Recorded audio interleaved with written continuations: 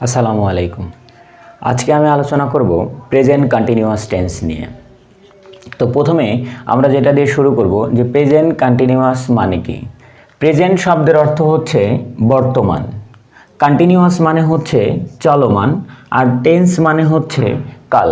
তাহলে present continuous tense মানে হচ্ছে বর্তমান চলমান ক্রিয়া বা বর্তমান চলমান কাল।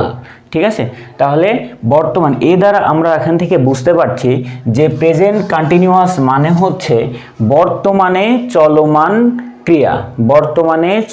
ক্রিয়া, তার মানে যে ক্রিয়া দ্বারা আমরা ডেফিনেশনে যদি শিখতে যাই যে প্রেজেন্ট কন্টিনিউয়াস কাকে বলে, তাহলে বলবো যে বর্তমানে চলমান যে ক্রিয়াগুলো আছে সেই ক্রিয়াগুলো যখন আমরা কি করতে যাব, ইংলিশে প্রকাশ করতে যাব, তখন আমরা সেটাকে কি লিখব, যে প্রেজেন্ট কন্টিনিউয়াস টেন্সে লিখতে হবে। ওকে, তো এখন কথা হচ্ছে যে শুধুমাত্র বর্তমান চলমান বোঝার জন্য আমরা কিছু কি পাবো, স্ট্রাকচার পাবো বা বাংলা ক্রিয়ার শেষে কি চিহ্ন পাবো, যেই চিহ্নগুলো দেখলে আমরা বুঝতে পারবো যে এটা প্রেজেন্ট কন্টিনিউয়াস টেন্স। তো সেই ক্ষেত্রে আমি চলে যাব সাইন্স, যে বাংলা ক্রিয়ার শেষে এমন কি চিহ্ন আছে যেই চিহ্নগুলো দেখলে আমরা কি যে বুঝতে পারবো যে এটা প্রেজেন্ট কন্টিনিউয়াস টেন্স।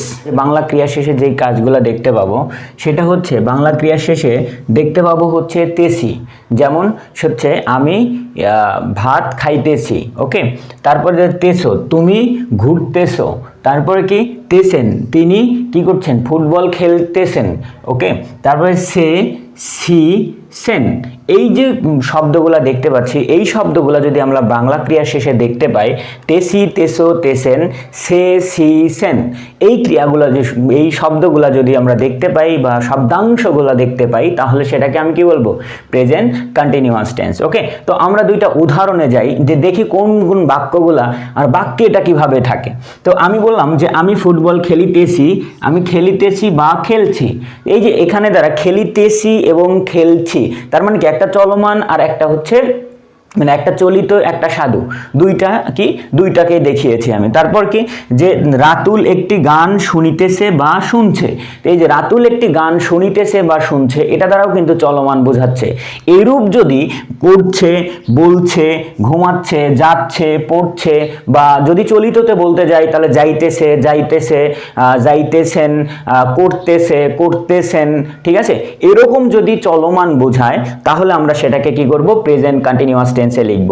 তবে এরকম বাংলাতে যেমন কিছু স্যাম্বল আছে যে তেসি তেসো তেসেন সে সি সেন, এরকম যখন বাংলাতে যেমন আছে তেমন ইংলিশে আছে, যেমন হচ্ছে বর্তমানকে বোঝাবে, চলমানকে বোঝাবে, যেমন হচ্ছে at present, at the moment, at moment. ঠিক আছে, এরকম যদি চলমান কোনো একদম নির্দিষ্ট সময় বা বর্তমানে চলমান বোঝায় তাহলে সেটাকে আমরা কি করব, প্রেজেন্ট কন্টিনিউয়াস টেন্সে লিখব। স্ট্রাকচারটা দেখতে যাই যে এটার স্ট্রাকচারটা কেমন হবে। ফার্স্ট অফ অল তোমাকে কি করতে হবে, একটা সাবজেক্ট বা ওই বাক্যের যে সাবজেক্টটা আছে সেই সাবজেক্টটা নিতে হবে। তারপর হচ্ছে এম ইজ আর, মোট কথা বি ভার্বের যে আমরা প্রেজেন্ট ফর্মটা দেখতে পাবো সেই বি ভার্বের প্রেজেন্ট ফর্ম এম ইজ আর, এটা সাবজেক্ট অনুযায়ী বসবে।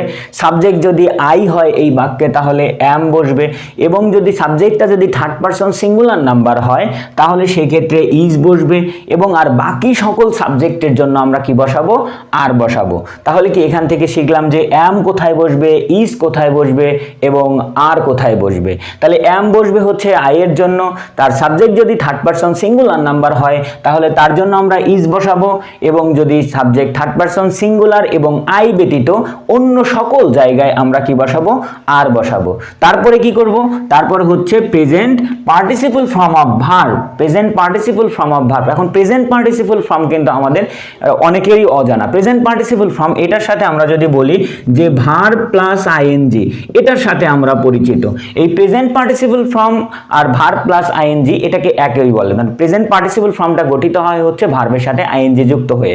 তাহলে আমরা কি বলতে পারি যে present participle form of verb plus extension, এই ছিল হচ্ছে স্ট্রাকচার। তাহলে স্ট্রাকচারটা কি ছিল, যে subject plus am is are plus present participle form of verb plus extension. Okay, এটা ছিল হচ্ছে প্রেজেন্ট কন্টিনিউয়াস টেন্সের স্ট্রাকচার। তাহলে কি বাংলা ক্রিয়ার শেষে যদি আমরা দেখতে পাই যে তেসি, তেসো, তেসেন, এটা যদি আমরা দেখতে পাই তাহলে কি করব আমরা প্রেজেন্ট কন্টিনিউয়াস টেন্স। মোট কথা আমাকে মনে রাখতে হবে একটা বিষয় যে বর্তমানে চলমান যে কাজগুলা, বর্তমানে চলমান কাজ হলে অবশ্যই সেটা কি করব আমরা এই স্ট্রাকচার ফলো করে ইংরেজি বাক্য গঠন করব।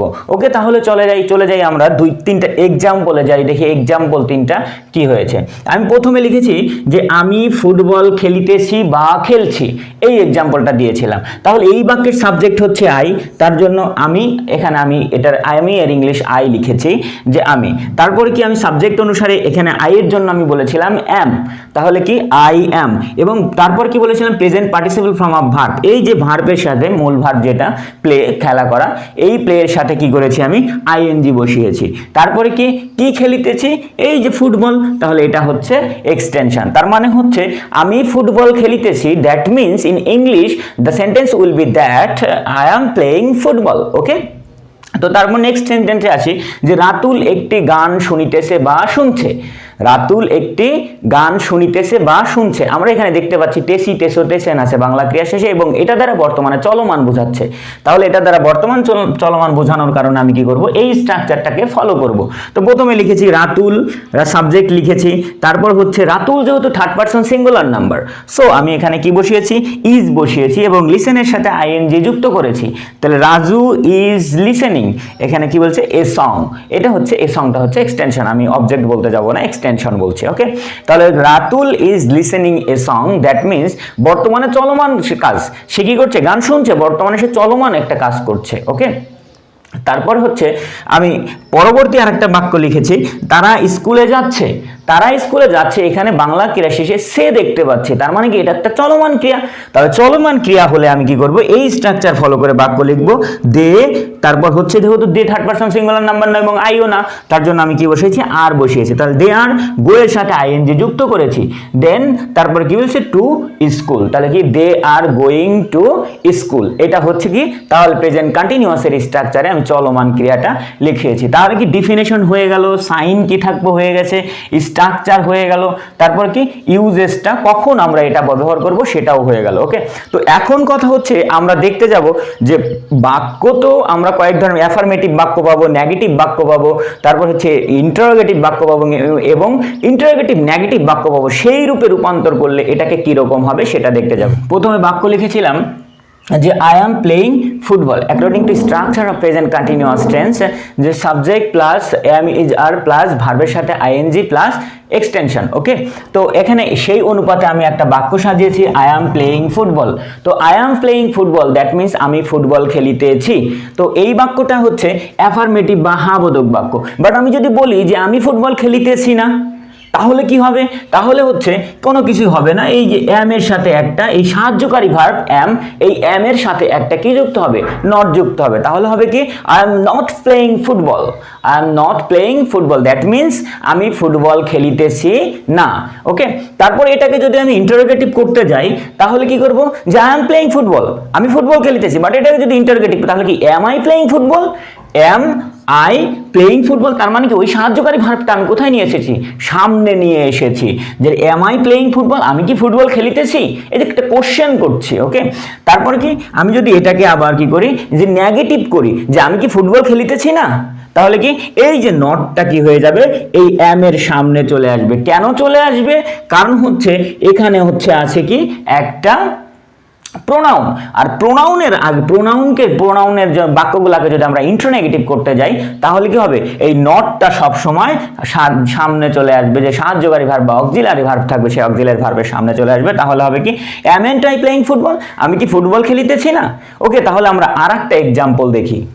আরেকটা বাক্য লিখেছি যে Rina is singing a song, Rina is singing a song, Rina কি করছে একটি গান গাইতেছে বা রিনা একটি গান গাচ্ছে। তাহলে রিনা ইজ সিঙ্গিং এ সং, আমি সাবজেক্ট এম ইজ আর ভার্বের সাথে আইএনজি প্লাস এক্সটেনশন, এই দিয়ে আমি বাক্যটাকে কি অ্যাফার্মেটিভ সাজিয়েছি। ওকে, তো এই বাক্যটাকে যদি আমি বলি যে রিনা গান গাচ্ছে না, তাহলে রিনা গান গাচ্ছে না, বর্তমানে সে কাজটা করছে না, চলমান কাজ করছে না। তাহলে এটাকে যদি আমি বর্তমানে চলমান ভাবে প্রকাশ করতে যাই তাহলে কি হবে, Rina is not singing a song. তাহলে কি এখানে শুধুমাত্র যে ইজ আছে সেই ইজের সাথে আমি কি করেছি, নট লাগিয়ে দিয়েছি। Rina is not singing a song, Rina গান গাচ্ছে না। তারপর যদি আমি এটাকে কি করতে যাই, যে একটা ইন্টারোগেটিভ সেন্টেন্স বানাতে যাই, তাহলে কি হবে, এই ইজ এখানকার যে সাহায্যকারী ভার্বটা ছিল সেই ইজটা কোথায় চলে আসবে, সামনে চলে আসবে। যে is Rina singing a song, প্রশ্ন করছি, is Rina singing a song, Rina কি একটি গান গাইতেছে বা রিনা কি একটি গান গাচ্ছে। ওকে, তো এটা ছিল হচ্ছে ইন্টারোগেটিভ বাক্য। আমি যদি এটাকে ইন্ট্রোনেগেটিভ করতে যাই, ইন্টারোগেটিভ নেগেটিভ করতে যাই, তাহলে is Rina not singing a song, Rina কি গান গাচ্ছে না। তাহলে দেখো আমি এখানে কি করেছিলাম, এই নটটা যখন সাবজেক্ট প্রোনাউন ছিল তখন আমি কি করেছিলাম, এটাকে সামনে নিয়ে এসেছিলাম, বাট এখানে সাবজেক্ট নাউন হয়েছে তাই নটটাকে আমি কোথায় নিয়েছি, পেছনে নিয়েছি। তার মানে কি, যদি সাবজেক্ট যদি প্রোনাউন হয় তাহলে কি করব, নটটাকে আমি সামনে নিয়ে যাব, আর যদি সাবজেক্টটা নাউন হয় তাহলে নটটাকে আমি কি করব, মাঝখানে রেখে দিব। ওকে, তাহলে এই যে ছিল হচ্ছে প্রেজেন্ট কন্টিনিউয়াস টেন্স। আমরা আরো একটা এক্সাম্পল করি। দেখতে পাচ্ছি যে দে আর প্লেইং ব্যাডমিন্টন, এটা হচ্ছে প্রেজেন্ট কন্টিনিউয়াস টেন্স, যে তারা ব্যাডমিন্টন খেলছে বা তারা ব্যাডমিন্টন খেলিতেছে, বর্তমানে চলমান একটা কাজ। তাহলে আমি লিখেছি subject plus am is are plus ভার্বের সাথে আইএনজি প্লাস এক্সটেনশন।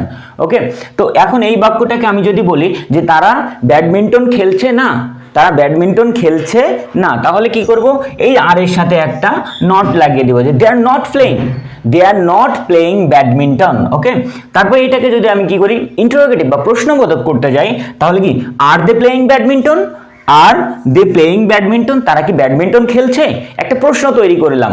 ওকে, তবে এটাকে যদি আমি কি করি, ইন্ট্রোনেগেটিভ করি বা নেগেটিভ ইন্টারোগেটিভ করি, তাহলে কি, aren't they playing badminton, aren't they playing badminton, তার মানে কি, তারা কি ব্যাডমিন্টন খেলছে। তো এই যে এটা কি করলাম, আমি ইন্ট্রোনেগেটিভ করলাম। এখানে দেখো সাবজেক্ট হচ্ছে প্রোনাউন আছে, এজন্য আমি কি করেছি, নটটাকে সামনে দিয়েছি। তাহলে এই ছিল হচ্ছে প্রেজেন্ট কন্টিনিউয়াস টেন্স। আমি প্রেজেন্ট কন্টিনিউয়াস টেন্সের ডিফিনেশন আলোচনা করেছি, যে বর্তমানে চলমান কোনো কাজকে যদি আমরা লিখতে যাই বা প্রকাশ করতে যাই তাহলে তাকে বর্তমান চলমান কাজগুলাকে আমরা কি বলবো, প্রেজেন্ট কন্টিনিউয়াস টেন্স বলবো। তারপরে সাইন বলেছিলাম হচ্ছে তেসি, তেসো, তেসেন এবং সে, সি, সেন, মোট কথা বর্তমানে চলমান যদি কোনো চিহ্ন থাকে তাহলে সেটাকে আমি কি করব, প্রেজেন্ট কন্টিনিউয়াস টেন্সের স্ট্রাকচারে লিখব। আর তারপর আমি কি স্ট্রাকচার বলেছি, স্ট্রাকচারটা হচ্ছে subject plus am is are plus ভার্বের সাথে আইএনজি, মোট কথা present participle form of verb plus extension. Okay, তো ইউজেস আমি অনেকগুলো ব্যবহার দেখিয়েছি, যে কখন মোট কথা বর্তমানে চলমান যদি কোনো ক্রিয়া হয় তাহলে সেটাকে আমি লিখব কি, প্রেজেন্ট কন্টিনিউয়াস টেন্স। এক্সাম্পল তো অনেকগুলো দেখালাম। এই ছিল হচ্ছে প্রেজেন্ট কন্টিনিউয়াস টেন্স, এবং আমাদের আগামী ক্লাসটা যাচ্ছে হচ্ছে প্রেজেন্ট পারফেক্ট টেন্সের উপর। প্রেজেন্ট পারফেক্ট টেন্স সম্পর্কে যদি তোমরা জানতে চাও অবশ্যই আমার চ্যানেলটাকে সাবস্ক্রাইব করো এবং আমার ভিডিওগুলো আরো পেতে চ্যানেলের সাথে যুক্ত থাকো। ওকে, বাই, আজকের মতো এই পর্যন্তই, আল্লাহ হাফেজ।